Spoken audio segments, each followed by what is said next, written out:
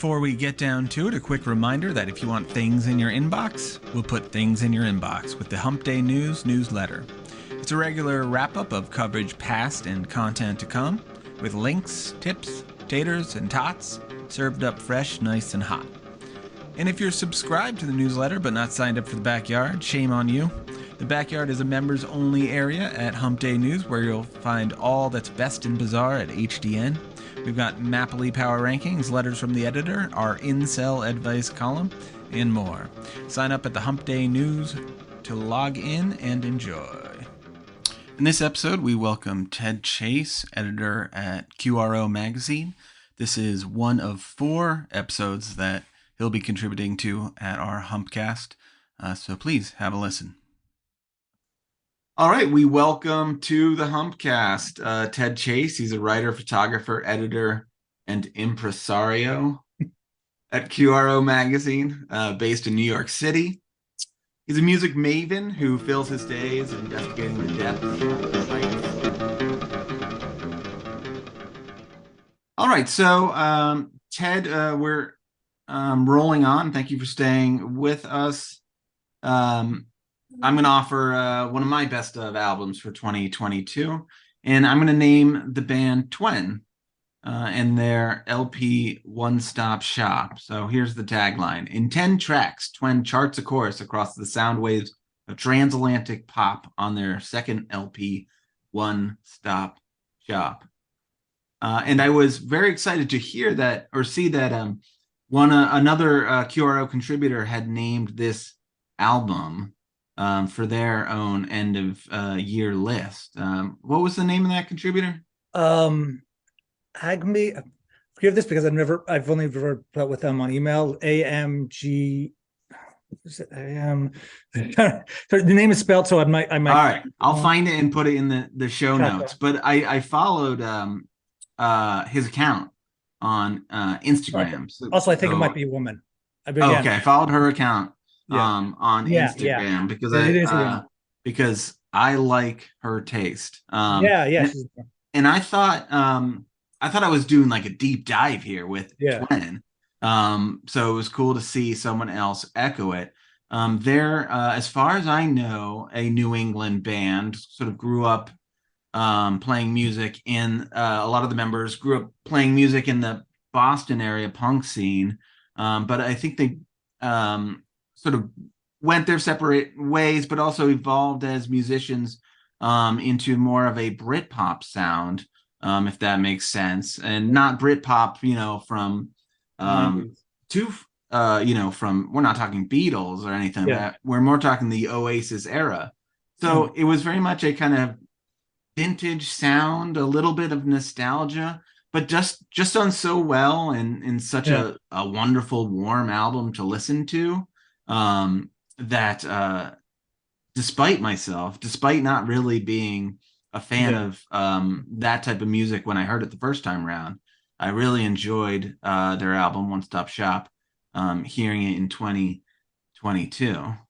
I've definitely had heard I remember the name being I was actually thinking when you're talking about that, reminding you of the 90s, makes me think a little of what I said about Wet Leg when I was reminding me of that old 90s, especially also that British. Maybe there's maybe it's for Americans that sort of your exposure to Britain is sort of uneven, so then it can more hook you in than or of any culture that's as opposed to that's not your own, that so it can sort of bring you back a little more because it can percolate up in its there's a lure of, it's sort of an exoticism of sorts of the foreign, but not too foreign. So not too foreign. There's a long history of give and take, exchange between British pop music and American pop music. I mean, that's so it's kind of like going home again, in a sense. Another thing that really sort of grabbed me about them, and I mention it because I'm usually turned off by this, but the compelling background story to recording the album. So, and it goes something like this. They did like one of those van life tours across America. Now van life is like sort of like a hilarious phenomenon. And it's, you know what I'm talking about? That's the like thing where you like you post it all on Instagram and then you're Yeah, it's like, like I'm gonna give up like, living in a home to go full time traveling the country yeah, in like a pimped out van. So they like live full time. And it's if you're trying to make a living out of it, such as it is, um, it's kind of a social media influencer yeah, sort of mode of presentation where you're constantly trying to express like how utterly exhilarating your life is at every single moment and like how, yeah. how perfect it is. So there was a flood of this sort of van life stuff on social media for a while. Yeah, I remember seeing things mocking it. Right, right. And then the inevitable backlash where the Yeah. same influencers who are getting a lot of hits advertising their lifestyle now get a lot of hits tearing it down and Yeah. Oh basically yeah, saying yeah. like It was like, behind the scenes how horrible it was. yeah, yeah, But okay, but that's on its own as kind of like social media. Like I don't do anything except like film myself on Instagram. It's kind of a detestable thing. But I yeah, like hearing that. It's kind of a classic American story for like a band or an artist, yeah, just like yeah. sort of Oh yeah, I break love out and that. go and experience different parts of the country and let all those different sort of Yeah. No, cultural little corners inform the music yeah. and that they're making. Like I think John Waters did a book where he did sort of a van, or it was like a weird thing where he would like hitchhike. Because I remember Mm. because he encountered a band that was like traveling and he like spent time with them and stuff. But it was like going across, and it's for a book and he's John Waters, he can pull it up. Um, but yeah, as opposed to just the like, oh, I'm a pretty person, here's me at this Right. like, this thing. And it's yeah, and also you have the van life because the whole touring concept, Oh, which for sure. For yeah, sure. it works better Which with van life social media influencers are totally ripping off. Like yeah, oh yeah, this yeah. this was already a thing that they're trying to do without any sort of discernible artistic contribution along with it. It's like, why Yeah, are you yeah. And doing it's this? like, and it's not even like, oh, they're the people who follow a band around on tour. It's like, okay, look, I wouldn't do that. It could be, but it's like, okay, you've got like, there's a reason you're in this van doing this thing. Uh-huh. Right. You're Right. not doing the van for the sake of the van. Right. To be I mean, they have their philosophical reasons, but Yeah, yeah, they're kind of thin. yeah, One last comment on Twen before I bounce it back to you, but I've said this, it's kind of an homage to Britpop from the Oasis era. Um, wonderful, warm, spacious, moody guitar work, just a very sort of classic sound, but smart songwriting, wonderful vocals. Um, I would mention though, and I don't know if this is, a thing for people or just for me, but the British accent, the kind of faux British accent that sort of worms its way in there. It's kind of a turn off for me musically at times. But like I said, I love this album so much that I just sort of push those things yeah. to the side. But like, where are you on like the faux accents in music? And it goes both ways. Like Yeah, yeah. It's Brits definitely cop an American accent I too. think it really is sort of just it becomes very obvious if you don't like the music, like, Mm. oh wow, this guy is trying to do something, and it's usually a guy. Um uh and especially there's also I know that there is within British music, there's the people who are trying to do more lower class accents, who went to their shishi private, which they call public schools, Mm. but then they sing songs, and this is male, especially male and female, sing songs like they're came up on the East End of London or something, or wherever, that Right. They whether they're that's more foregrounding of a or class trying to thing. conceal that like Yeah, that's more of a working class thing. class British accent Yeah, I mean, has been and a there's the thing. classic British accent example, of course, was Madonna. But one of the things, this was something I Right. saw an interview with, it was Gillian Anderson, who was originally from the UK, but like left when she was 3 and was in the X Files, American actress. But then she moved back to London, like back to the UK, like pretty much after the X Files. She's been there like 20 years. And she, I saw an interview, this was maybe 10, 20 years ago. So she'd been living in there, but not long. She says, it's really easy, it's really hard not to Americans to start talking in a British accent if you're in the UK or if you're surrounded by that. She actually has some sympathy for Madonna because Madonna she was married to Guy Ritchie, a British director, and was living there. So it becomes, you sort of slip into it a little. I don't know for Twen. I don't think they were. I think that's totally true. Yeah. I don't know the background of Twen either. And some of it could also be if you were listening to a lot of music of a certain. I think that can you can sort of simulate that cultural immersion by listening to enough of that music. Yeah, so that it feels natural. Yeah, I think, and I definitely think there were, artists going back to the 60s and 70s, probably American artists who sounded a little British, and there were also definitely British artists who sounded a little, not just American, but African American. Right. I was going to bring that up. Because that was what they came up with. I mean, or you take the like Joe Cocker, you know.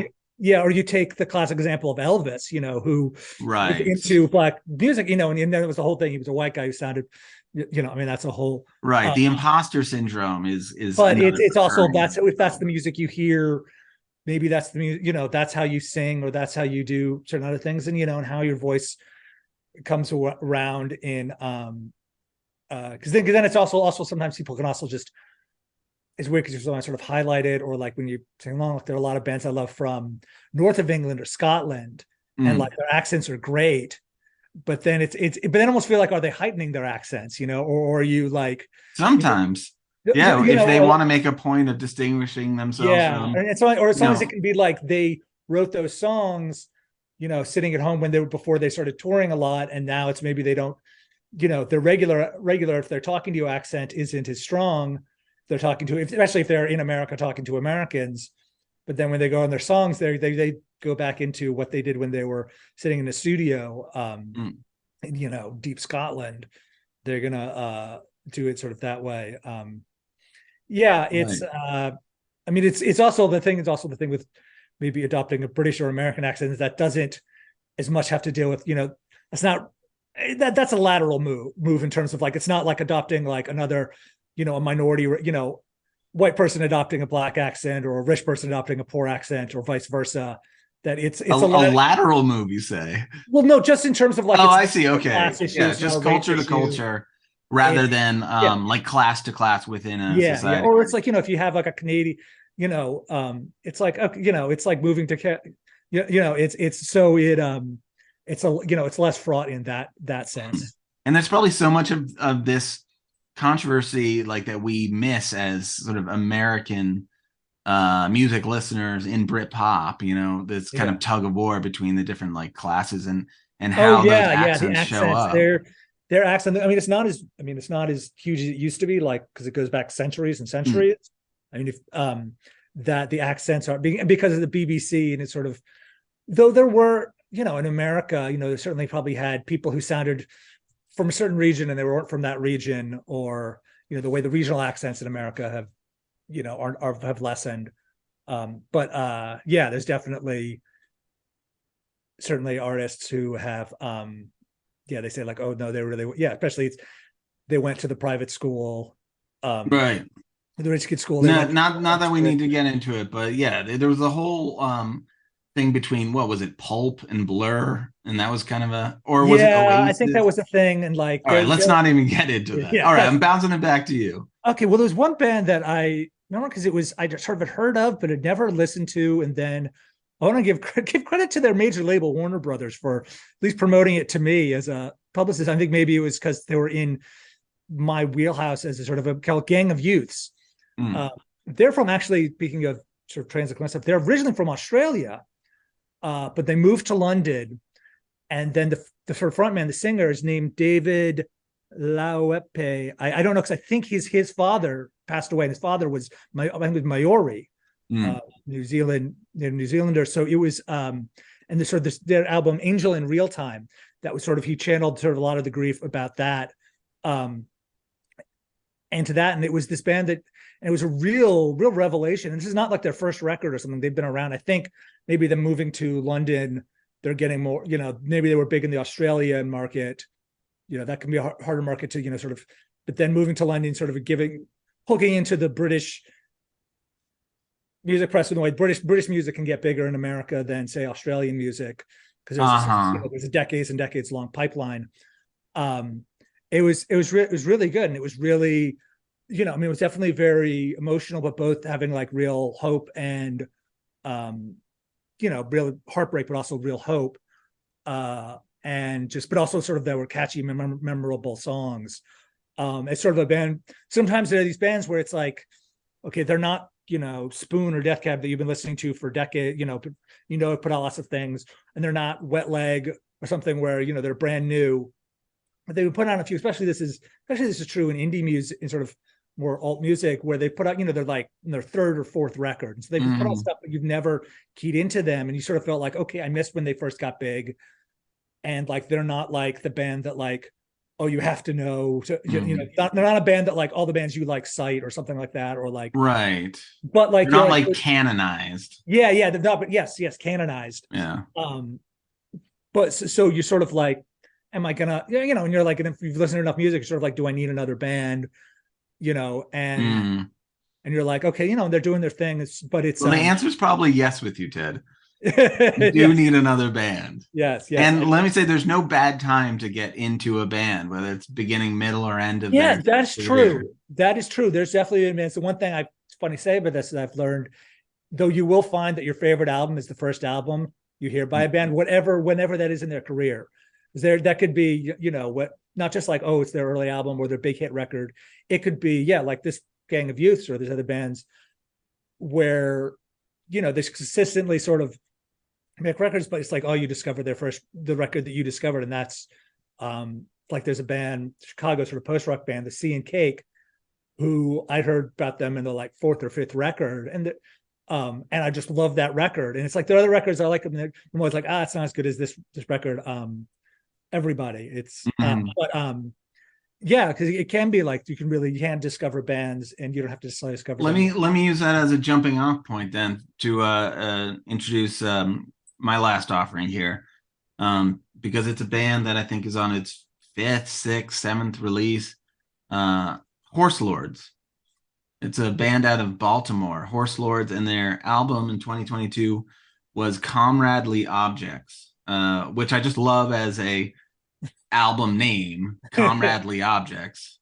Um, and I wanted to mention it because I heard it towards the end of the year because they released it at the end of the year, somewhere in November, maybe middle of November, when everyone, all the music coverage outlets are already in end of year mode. They're not really Yeah, looking at new music, and if you put new music out in November, December, there's a chance that it kind of doesn't yeah, make the impact that it might at another time of yeah, the year. So I wanted to shout it out because it's really yeah. good. It's kind of, I've been thinking of it as like a fusion of different genres, which I just hate to sort of like rely on fusion as a way to describe anything Yeah, because it's it's like saying something's inherently alt. like It's like saying something's misleading. alt dash. So Yeah, yeah. But let neo. me call it a fusion of rock, jazz, prog, kraut rock.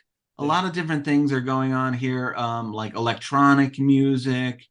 But let me sum it up by saying it's like they sound like human beings trying to sound like robots at times, So they take their kind of rock band instruments, guitar, bass, drums, whatever, and they will have synths from time to time, but they take basically the ingredients of a rock band and play it like they were robots in a sense. So there's kind of a krautrock thing of that sort yeah, of repetitive building up of like a very simple pattern. And the way that krautrock was kind of like a forerunner of techno, yeah, just like these pounding beats that go on and on and on, like Can and Noi would do. yeah, In that same way, Horse Lords are, not necessarily an advanced guard of a different type of electronic music, but a kind of cohort in that cohort of electronic music, in the way that they write and use their standard sort of repertory instruments of rock and roll. So wanted to send definitely a shout out yeah, their way. And like I said, maybe their fifth or sixth release. I don't think these were like all full length albums, yeah, but they're definitely sort of like in the middle of their career, very accomplished, touring around the world. Um, uh, uh, so shout out to Horse Lord's Comradely Objects. Yeah. It's kind of an album that I'm still sinking my teeth Yeah. into and getting a feel for. But one keyword I would mention, microtonalism, right? They're very sort of like theoretical, like Yeah. band approach to this. So microtonalism is using, I wrote it down here, using shorter and longer intervals than the standard Western scale. So, the do, re, mi, fa, sol, la, ti, Yeah. do kind of thing. There's certain distances between those pitches, but you can shorten that or lengthen it as whatever you want. There are no rules here, but would be outside of the tradition of Western music to do that. So they kind of experiment with that, with this microtonalism using shorter intervals. And you can hear it in the album all over the place, and it gives it a very distinctive sound. So it's a good sort of, I'm hemming and hawing at the label or descriptor fusion, but maybe, microtonalism is a descriptor that I would like to associate them with them as well. And indeed, they associate themselves with it. So I'm not just sort of grabbing this out of a hat. Now, one thing you mentioned, and this goes back to saying for why people do year-end lists, and certainly with music, it's just a lot less stuff comes out in November, December, and it's a time I know I just don't have records to as many records review because this goes back to, because it used to be in this a lot. December was a big time for releasing like box sets, holiday records, things for the holiday sales. I don't know how much that still is, right? But so it became, and because you couldn't really in touring then, because especially in America, because you have Thanksgiving and Christmas, people aren't going to tour. It's funny because in the UK, you can do, British bands will do like a UK tour, like just in December or like end of November. But that it's one reason to do the year end list is literally you want to be able to post something, right? And yeah, and when you're not doing so, but then yes, then records that get released, then and every sort of can get missed. It's like right now in sort of January, a lot of like early January things don't come out. It's like releasing a movie in January. Yeah. Nobody. Well, there's only the only thing with the movies is when I say release in December, they're the December releases because they want them to either for Christmas or they're Oscar bait, and they want to put them out right at the end of the year, so then they're fresh in people's minds.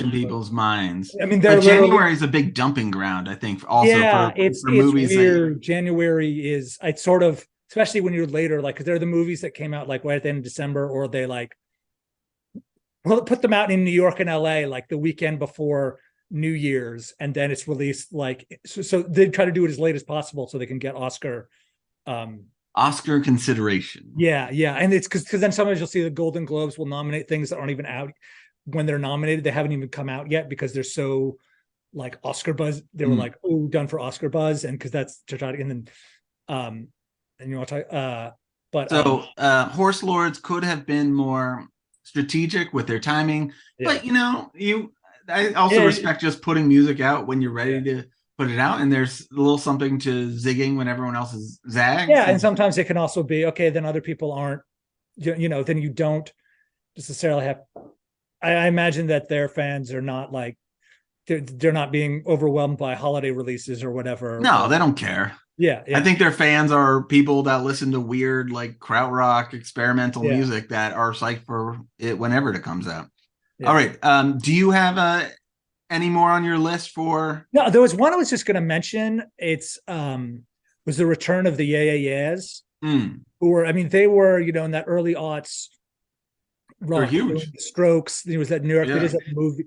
The documentary that was about the book "Meet Me in the Bathroom." Oh yeah. Interpol LCD. Have you seen that? Yeah, I did.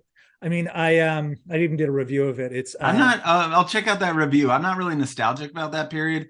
Yeah, it's sort of also because I'd read the book beforehand, and I worked with somebody who interviewed the author, Lizzie Goodman. So it's but they were always interesting because they were very well known, but they put out very rarely, much rarer than say like the Strokes or Interpol or their contemporaries. And this is their first record. Oh god, I totally forgot the name.